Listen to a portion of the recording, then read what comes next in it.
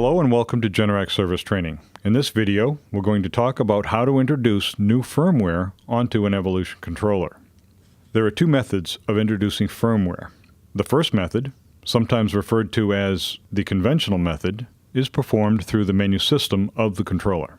To begin this process, simply navigate to Firmware Update from the main menu. The dealer password is not needed to perform this. The first step here is to make sure the controller is switched off. Then we scroll through the menu system, select submenus, press Enter, and then we scroll in this menu through History, Maintenance, Edit, and we select Edit. We hit Enter here, and we go down through Language using our arrow keys, Fuel Selection, Current Date Time, Exercise Time, and then we come to Firmware Update. At this point, we press Enter, and it does say Firmware Update, Insert USB. So at this point, we take our USB flash drive that we've already prepared and have the firmware on and insert it into the USB port. At this point, the controller will identify the current version of the firmware and the firmware version on the USB flash drive. We then hit Enter. The controller will ask, "Are you sure?"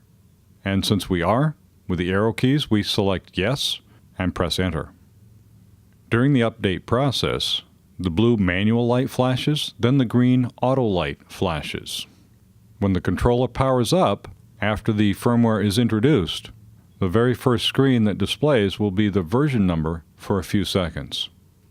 When the update is complete, remove the flash drive, and then follow the installation wizard menu. The alternate method is somewhat unconventional. However, may resurrect a controller if you're unable to access the menu system. Insert the flash drive with firmware and pull the fuse. If the T1 is connected, the controller display will still be lit. Disconnect the AC power by pulling the T1 fuse or disconnecting the T1 and 0 wires, which are located underneath the controller.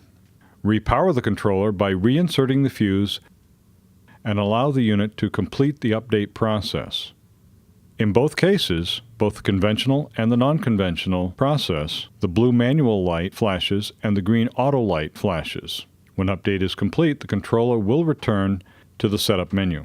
When the unit finishes its update, remove the flash drive and follow the installation wizard menu. Thank you for watching.